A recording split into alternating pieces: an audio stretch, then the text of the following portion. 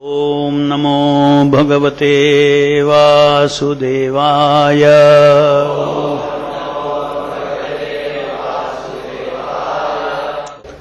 Reading from Srimad Bhagavatam, 3rd Canto, Chapter 14, text number 46. Yogaihi mavadurvarnam bhavayishyanti sadavaha Nirvairadiviratmanam Yachilam anuvartitam. Translation purport by Srila Prabhupada ki Jai. In order to follow in his footsteps, saintly persons will try to emulate his character by practicing freedom from animosity, just as the purifying processes rectify gold or of inferior quality. Purport. Yoga practice, the process of purifying one's existential identity, is based mainly on self-control. Without self-control, one cannot practice freedom from animosity. In the conditioned state, every living being is envious of another living being. But in the liberated state, there is an absence of animosity. Prahlad Maharaj was tortured by his father in so many ways. Yet after the death of his father, he prayed for his father's liberation by the Supreme Personality of Godhead. He did not ask any benediction that he might have asked, but he prayed that his atheistic father might be liberated. He never cursed any of the persons who engaged in torturing him at the instigation of his father. Thus ends the Bhaktivedanta purport.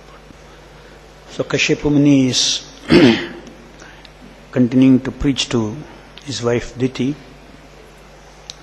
Previous verse was, because of your lamentation, penitence and proper deliberation, but also because of your unflinching faith in the Supreme Personality of Godhead and your adoration for Lord Shiva and me, one of the sons, Prahlada, of your son Hiranyakashipu, will be an approved devotee of the Lord, and his name will be broadcast equally with that of the Personality of Godhead.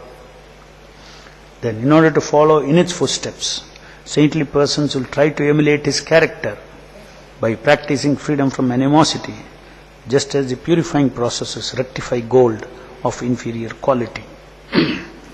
So,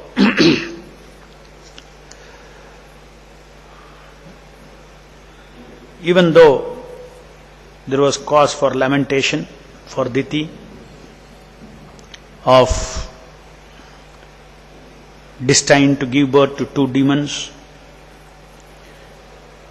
yet she had something to feel good about, that one of the sons would bear a son who will be a great devotee of the Lord. That was Prahlada. And he will be as famous as the Lord.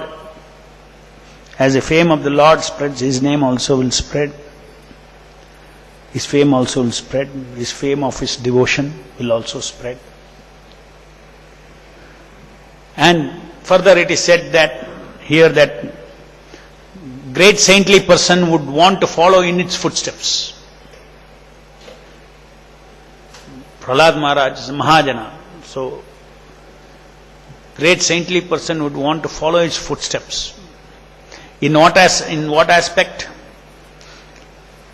They will try to emulate his character by practicing freedom from animosity, just as the purifying processes rectify gold of inferior quality. So practicing freedom from animosity. Prahlad Maharaj's character was typical, that in spite of so much of torture by his father, in the end he sought only good for his father, of being liberated from this world. That is the prayer he had when the Supreme Lord asked, Narasimhadev asked Prahlad, ask for any benediction. He said, please liberate him from this material world. He did not ask any other benediction. Nor did he ask any benediction for let all the people who harmed me be destroyed. So many of these order carriers of Lord for order carriers of Hiranyakashipu attempted to kill Prahlada Maharaj, to kill him, but he did not die. They could not kill him,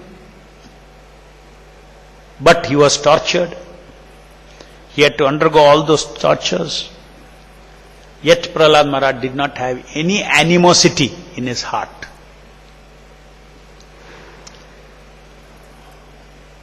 So this is important to note. A great characteristic of a pure devotee. He does not carry any animosity towards anyone. Because he sees that the Supreme Lord is in control of everything. And Supreme Lord being in control of everything, he must be having a higher purpose. I shall simply depend upon him.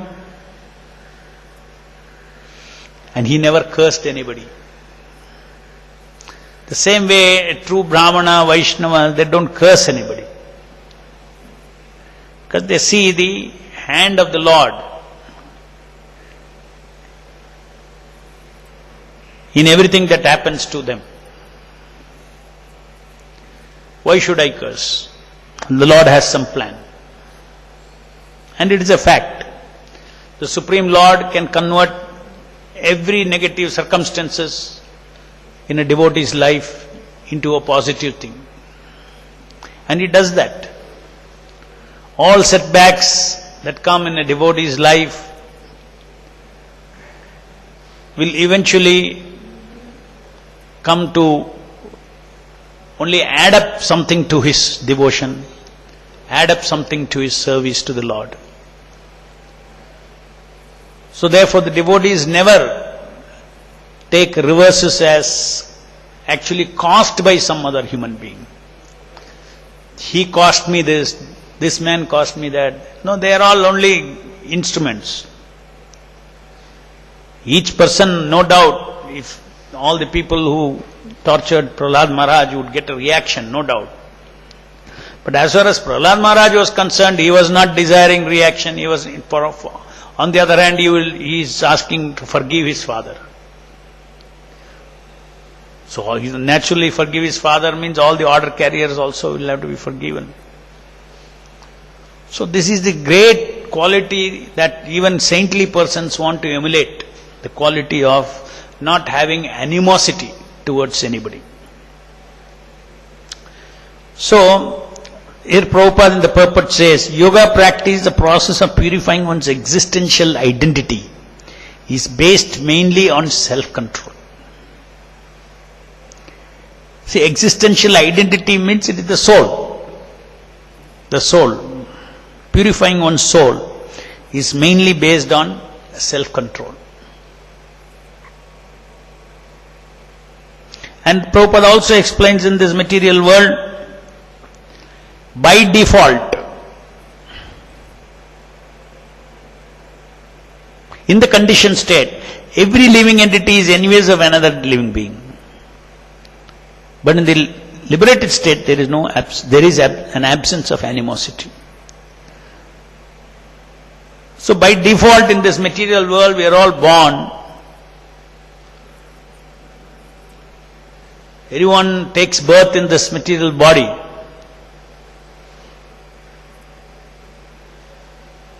Is being born with a destiny of material enjoyment, material gratification.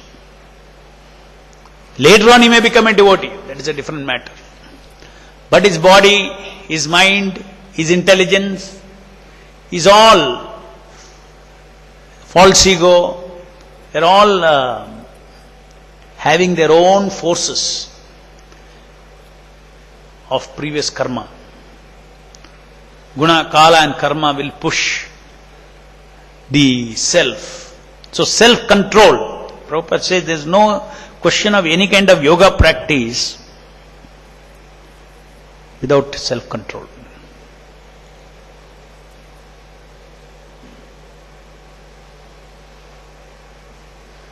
So what is the self-control?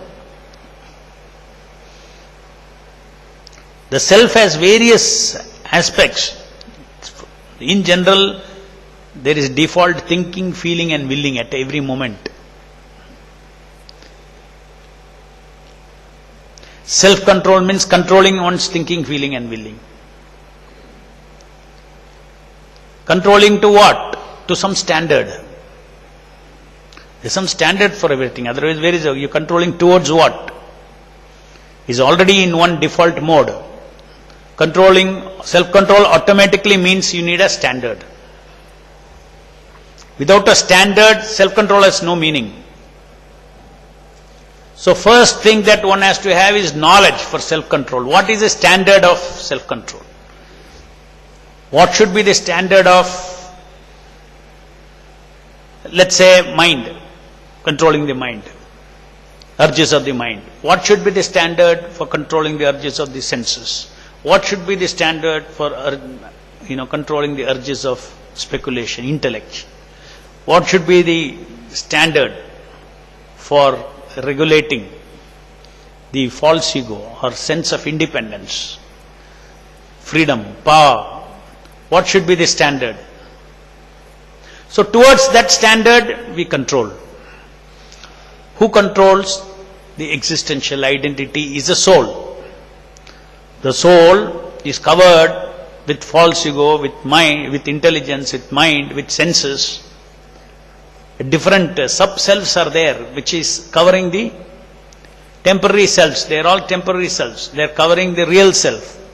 The real self, Prabhupada calls it as existential identity. Now we have got a bodily identity, that is false ego. We have got social identity, social individuality, that is a false ego.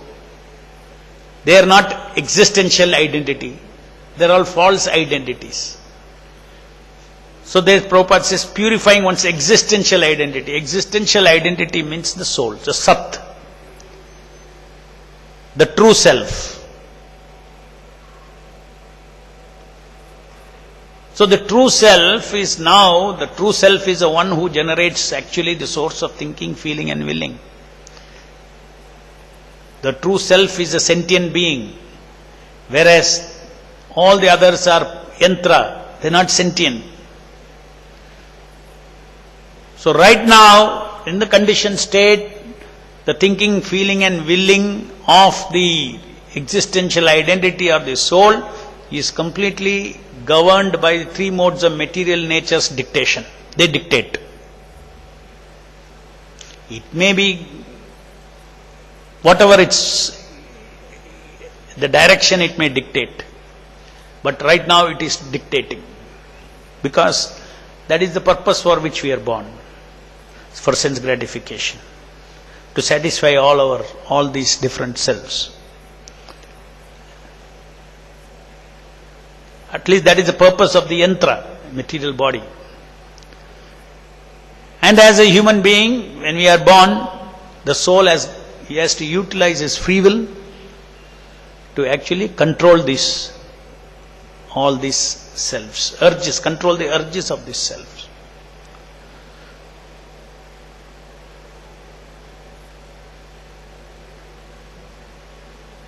So, first thing for self-control, there has to be a standard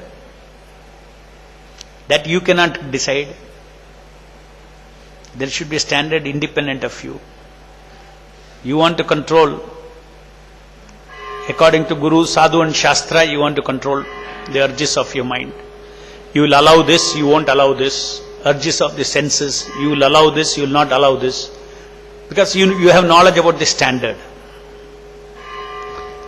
That is first thing. Jnana, you need standard, knowledge of standard. Next, Another thing is very important.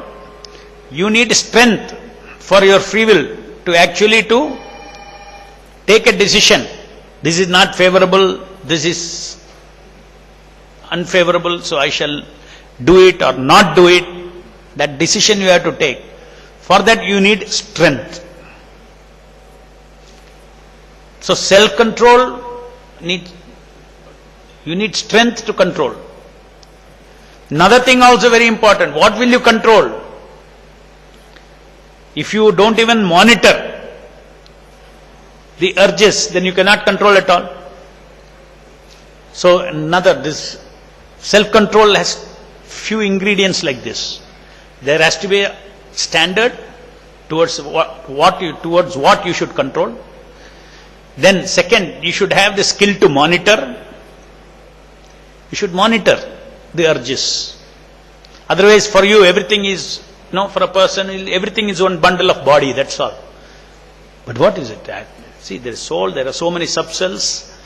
So there has to be a perception of the entire machinery which you are controlling. You want to control a machine, you have to see the machine. You have to, different handles, everything you have to see. In the same way, self-control means you have to see. And how you have to see, who will tell you what to see? That's what the Shastra says.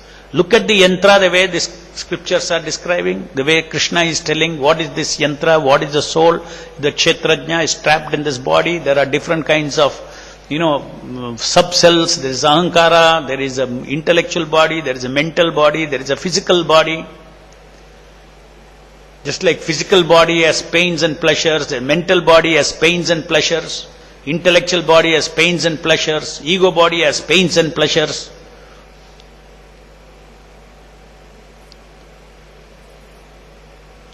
So, by default, these different bodies are always going towards their own idea of what is pleasure.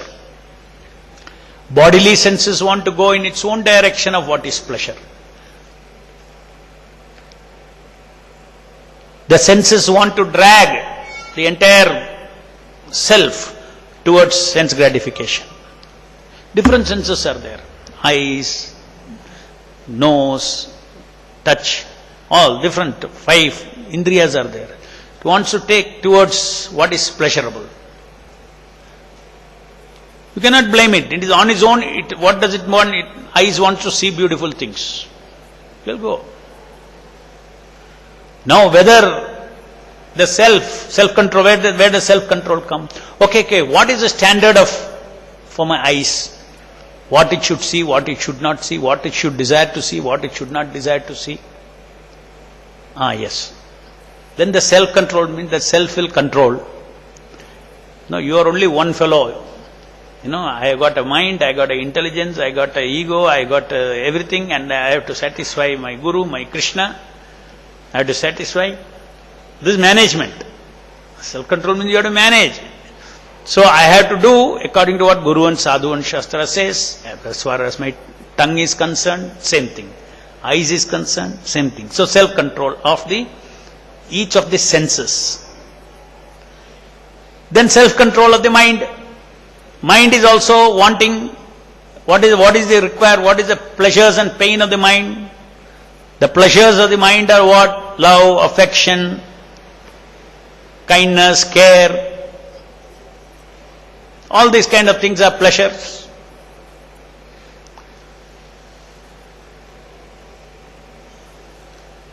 Pain is what? Somebody emotionally hurts you or disrespects you or so, and then there are a whole list of items, negative things, feelings which we don't like. It will be inflicted sometimes by our own self, sometimes from other selves. Our feeling towards others, that is a typical example here, animosity. So we have to control this animosity. So the mind also has its own pleasures and pains. It has to adhere to the standards that is given by Guru, Sadhu and Shastra, So then that is the meaning of simply blindly self-control, if you say there is no use. Self-control means there should be an objective. What is the standard for body, for my senses, for my mind, for my intellect, for my thinking pleasure. What is it that that is being prescribed to me in the path of devotional service? That should be permitted. Other things should be curbed using the free will. Similarly, ego, social ego, bodily ego, the lauding tendency, the tendency for power, the tendency to enjoy power, the tendency for being completely independent. So that also is, nobody likes a restriction. So that's a pain for the ego body. Put restrictions on him, he doesn't like. Giving freedom, he likes. So that is the pleasure of the ego body. Now, to what degree, how should I, what kind of independence is favorable for devotion service? What is unfavorable for devotion service? I have to control. Which means, you have to get familiarized with your own mission. Self-control cannot happen unless you know your own mission. So we have to know our own mission.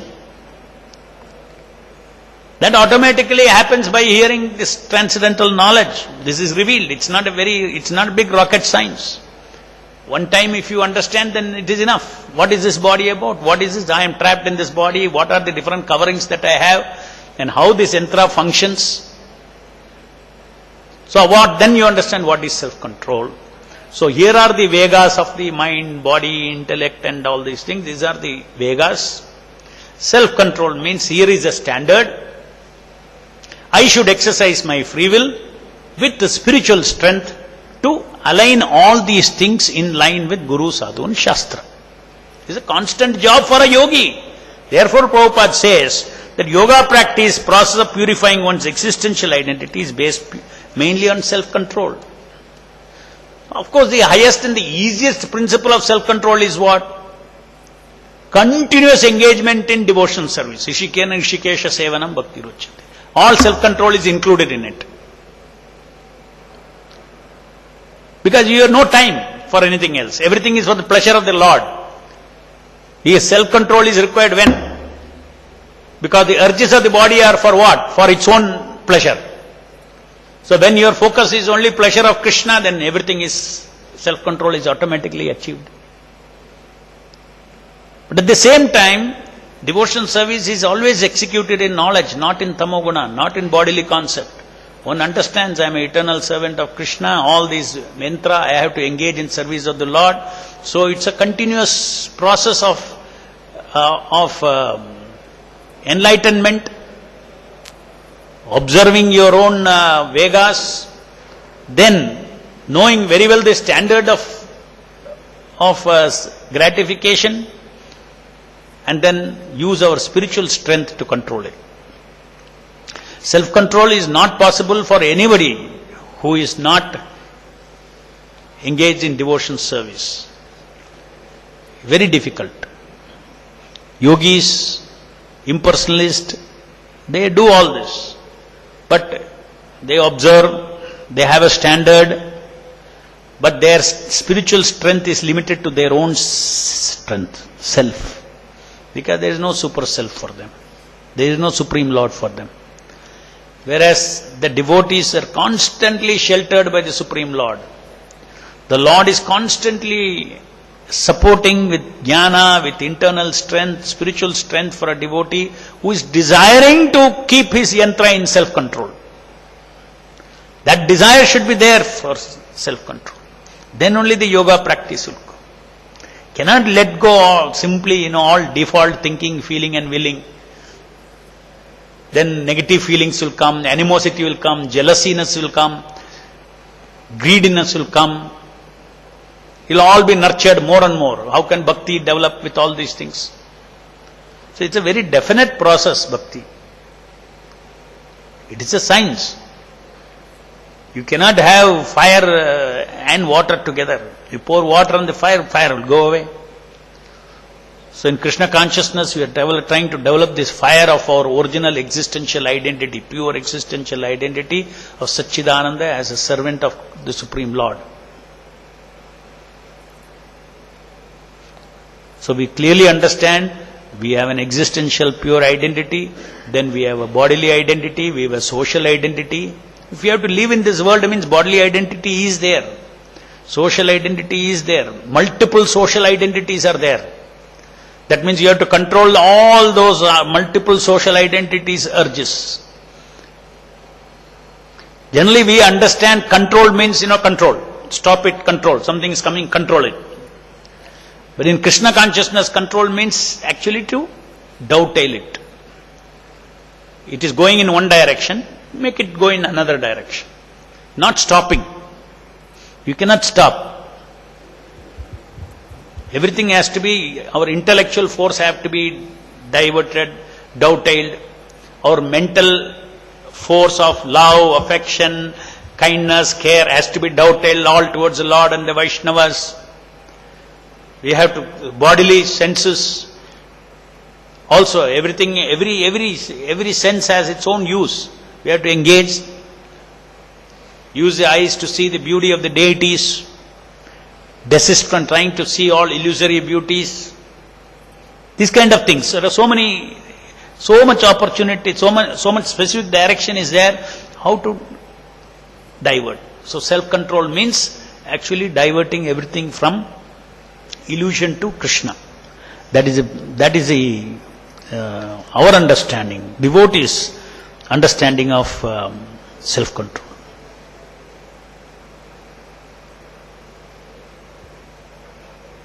And especially in the matter of feeling towards other Vaishnavas, if one does not have self-control, it can be very devastating. Let's say some sense gratification, you did not have some self-control. Some loss is there for you. Some karma. But if you cannot control your animosity towards another Vaishnava, you cannot change your negative perception towards another Vaishnava, then it is very devastating, because it will hit the bhakti itself. So therefore, for devotee, the most important self-control that is required is his feelings towards other Vaishnavas. There may be cause sometimes to the social interaction, maybe some mismatch and all those things, some feelings may come, but you have to control the animosity. Because everybody is a sadhaka, every devotee is having full of pluses and minuses. So if the devotee has some minuses, if you only meditate on the minus of the devotee, then the pluses will never be seen. And then you will go on meditating on the negative aspect of that person. No person is 100% negative, especially a devotee. If he is chanting Hare Krishna, he cannot be 100%, undesirable for association. 100% he cannot be. Somewhere some things are undesirable. Okay, ignore that. Or don't feel, just don't even relate with that. These are the things in which you have to manage and not nurture. Because mind can go uncontrolled. It can feel animosity, it can feel anger, it can feel jealousy, all kinds of things will come. That's happening freely in the material world. Nobody cares. But among the Vaishnavas, that should be controlled, and the example is Prahlad Maharaj. Just see how shanta, how peaceful he was. As far as individual insult is concerned, one has to bear. This is very important. When it comes to Krishna, when it comes to Vaishnavas and devotees, it's a different matter. There is no self-control. What self-control? Real self-control is to actually to counter their blasphemy. But when it comes to one's own insult, one should bear it. As Krishna is having a higher purpose. Live it like that. Nothing goes out of control of Krishna, and then you will become peaceful. Any questions?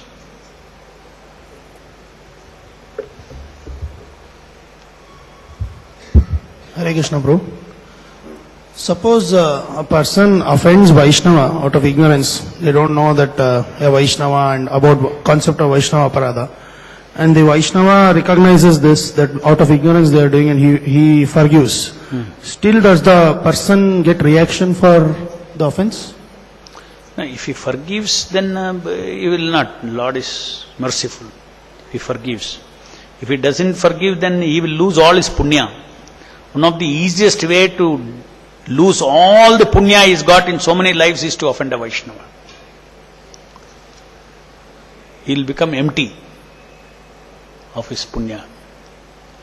The same thing, if somebody is honoring, respecting, serving a Vaishnava, what punya he cannot get by so many other things, he will get there. Material punya I am talking now. Even in ignorance, even if he does not know that... even if he does not know also. Every action is very powerful. Especially in this Kali Yuga, for gross actions you are rewarded and punished. There is no direct correlation between your mental things, in the mind what you do. Punya Papa is not calculated on what your mind does. In Kali Yuga, what your gross bodily act, there yours, immediately you know or you don't know. Ignorantly or in knowledge, you will get the reaction, sukha or dukha, punya or papa. Yes. Hare Krishna, Prabhu. Prabhu, you had mentioned about the reactions fructifying only when there is some gross actions. So suppose somebody has been having some, he's committing some mental offenses, and then later on, by introspection or by association of other Vaishnavas, he's able to overcome that. So, what is the course for him, Prabhu? It's only, for him it is only, it internally disturbs him, that's all. It doesn't get a karmic reaction immediately. Unless it manifests as an action, it doesn't, go into your karmic action. But what you think ultimately will come into action, that is the point. So at that time you cannot, it's not that people can think anything and restrain physically. You think finally it will come physically in some manner. So that much concession is given in Kali Yuga. Otherwise, so much of everything is, we will continuously will be depleted of all punyas. So, Prabhu, in the community, when we have this kind of thought, so how should one, with that respective devotee, if somebody is having these kind of feelings, but it is, as of now, it is only at the mental level, but as far as devotees are concerned, don't think about this law of karma and all. You just think that I have to cleanse my mind of this negative feeling. So first cleanse yourself. If you already, hurt the devotee, you please seek forgiveness. That's very important to keep our devotion service without any devotional creeper, without any disturbance. Or even approach him and share with him the kind of thoughts that's crossing my mind towards him. Yes, why not? Reveal your heart and, you express. You use your intelligence. How to do it, you should use your intelligence. You know the laws, this should not be there.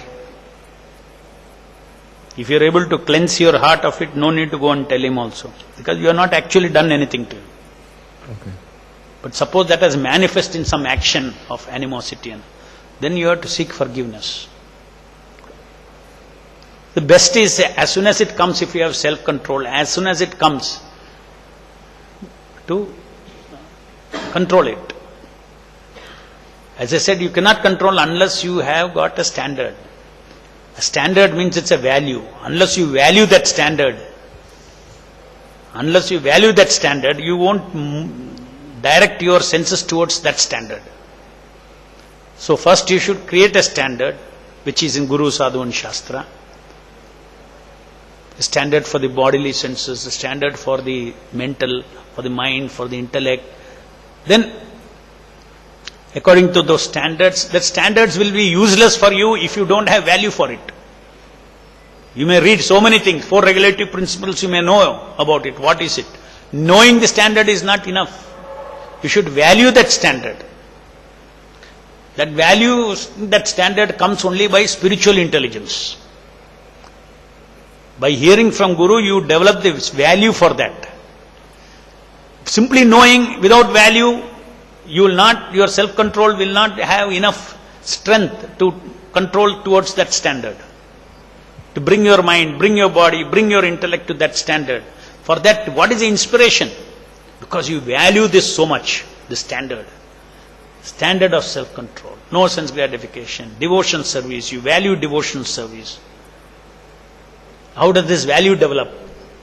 The value develops by contemplation on words of the Guru and Shastra. Value develops. That is why reading is very important. It should go into our subconscious, the value. These are not conscious, rational values which you rationally think of. You automatically develop value. The subconscious develops value by hearing that. That's why they use the word Srila, Sheelam, character. Following the footsteps of the other saintly persons. You practice, that means you adopt their Sheelam, it says.